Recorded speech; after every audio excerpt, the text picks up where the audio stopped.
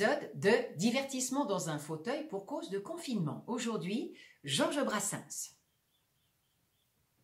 C'est à travers de larges grilles que les femelles du canton contemplaient un puissant gorille, sans souci du qu'en dira-t-on. Avec impudeur, ces commères lorgnaient même un endroit précis que rigoureusement ma mère m'a défendu de nommer ici, gare au gorille.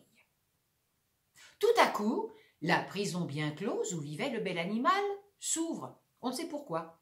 Je suppose qu'on avait dû la fermer mal. Le singe, en sortant de sa cage, dit « C'est aujourd'hui que je le perds !» Il parlait de son pucelage. Vous aviez deviné, j'espère.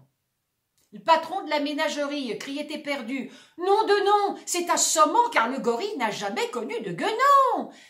Dès que la féminine engeance sut que le singe était puceau, au lieu de profiter de la chance, elle le fit feu des deux fuseaux, gare au gorille.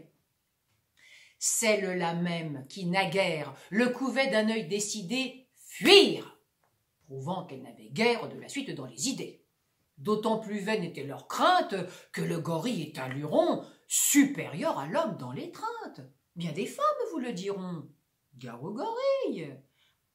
Tout le monde se précipite hors d'atteinte du singe en rut, sauf une vieille décrépite et un jeune juge en bois brut.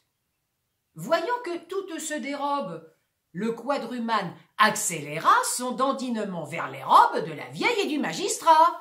Gare au gorille. Oh, oh, oh, oh, oh, soupirait la centenaire. Qu'on puisse encore me désirer, ce serait extraordinaire, et pour tout dire, inespéré. Le juge pensait impassible. Qu'on me prenne pour une guenon, c'est complètement impossible. La suite lui prouva que non. Gare au gorille. Supposez que l'un de vous puisse être, comme le singe, obligé de violer un juge ou une ancêtre. Lequel choisirait-il des deux? D'une alternative pareille, un de ces 4 jours, mes choix, c'est, j'en suis convaincu, la vieille, qui sera l'objet de mon choix. Gare au gorille.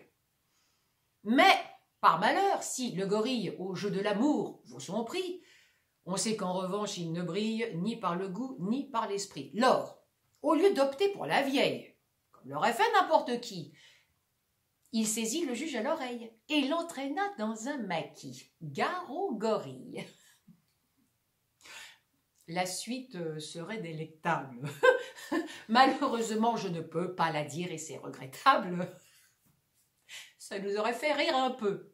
Car le juge, au moment suprême, criait « Maman !» pleurait beaucoup, comme l'homme auquel, le jour même, il avait fait trancher le cou. Gare au gorille.